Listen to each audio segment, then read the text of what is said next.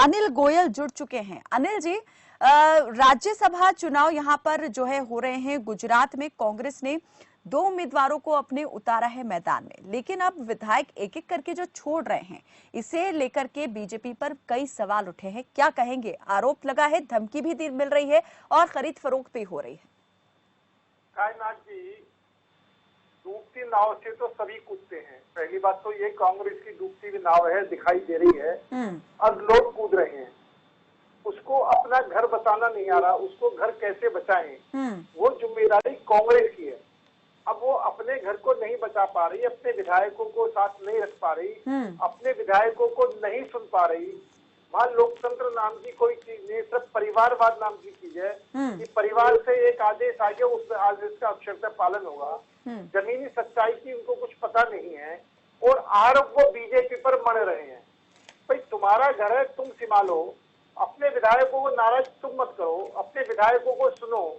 विधायक जब बात करते हैं जनता की, क्षेत्र की, उसकी चिंता नहीं है। सिर्फ एक परिवार के आदेशों का पालन, एक व्यक्ति के आदेशों का पालन जिस पार्टी में होता है, वो निश्चित तौर पर उसके साथ ये होना ही है। और ये डूबती नाव में हर एक उतरना चाहेगा, हर एक वहां से जाना चाहेगा। तो ये कोई अतिशयोक्ति नहीं है और आरोप लगाना इनकी पुरानी आदत है और कांग्रेस की पुरानी आदत नहीं है। कांग्रेस ने दल बदल करा करके सिर्फ सत्ता हासिल करने की इसकी पुरानी नहीं चल रही है। मैं बहुत पुरानी बात कहता हूँ कि हरियाणा के अंदर चौधरी बंसीलाल ने को भजन लाल ने रात में सारी पार्टी चेंज करवा करके सरकार बना ली। दिल्ली के अंदर केजरीवाल ने गाली देकर के सत्ता में आया, भ्रष्टाचार के आरोप लगा कर सत्ता में आया और उसके बाद में क्या बात कर रहे हैं अनिल गोयल जी, क्या बात कर रहे हैं? अब कायनाथ जी बिल्कुल एक एक शब्द बिल्कुल ठीक कर रहा हूँ, गारंटी साथ ठीक कर रहा हूँ। और उसके बाद में इन्होंने, कांग्रेस ने उसका समर्थन देकर उसकी सरकार बनाई। इसका मतलब या तो भ्रष्टाचार लिप्त थे, भ्रष्टाचार नहीं। आप पहले आम आदमी पार्टी के पहले कार्यकाल की बात कर रहे हैं कि दूसरे कार्यकाल की बात कर रहे हैं?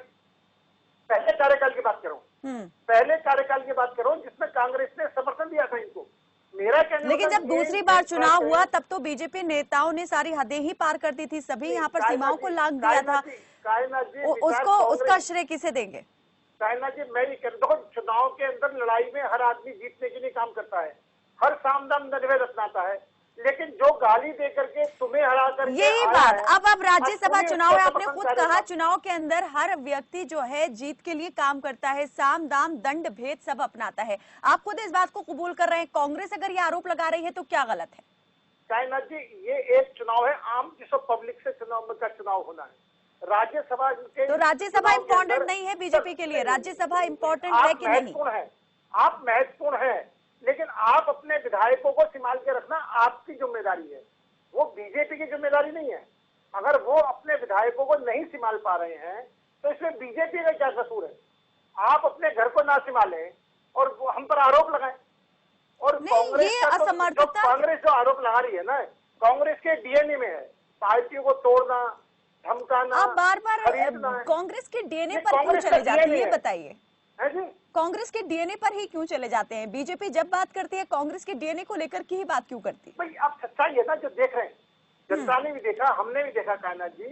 चाहे दिल्ली में केजरीवाल सरकार का पहला कार्यकाल हो, चाहे हरियाणा हो, चाहे कहीं भी हो, हर जगह पर इन्होंने पूरी तरीके से इस सब काम को करा है।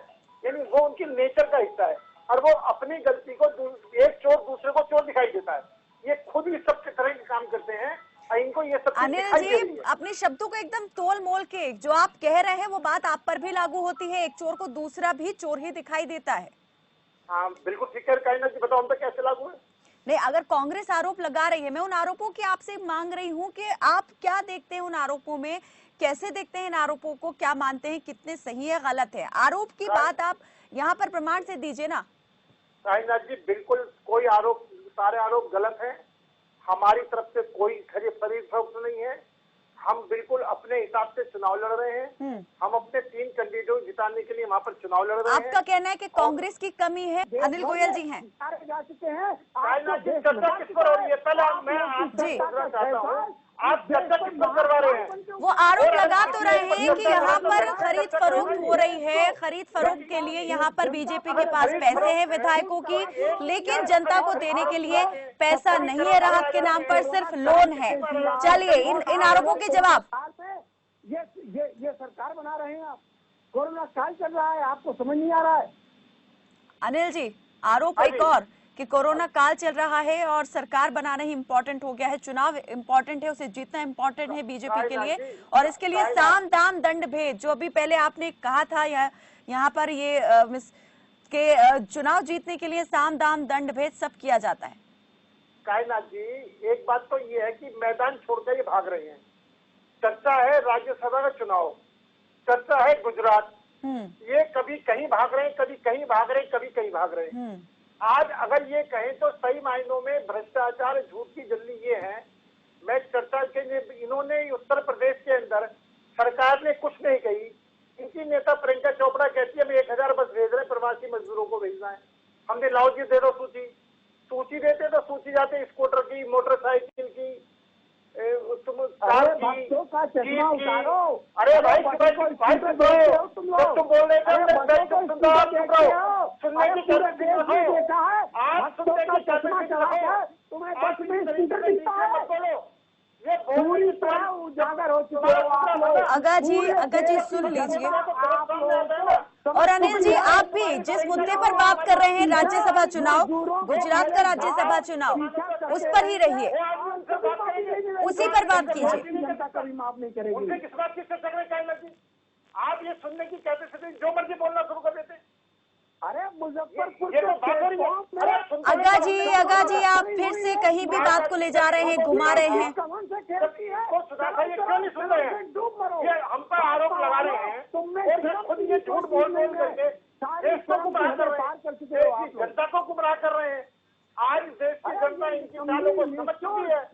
उन सबको बचाने के लिए ये अपनी बात कहना नहीं चाहते, अपनी बात को सुनना नहीं चाहते, तो जो मर्जी। चलिए जल्दी से मुझे जवाब लेना है, इसे जल्दी से इस विषय पर मुझे चर्चा को खत्म करना होगा, जल्दी से अनिल जी।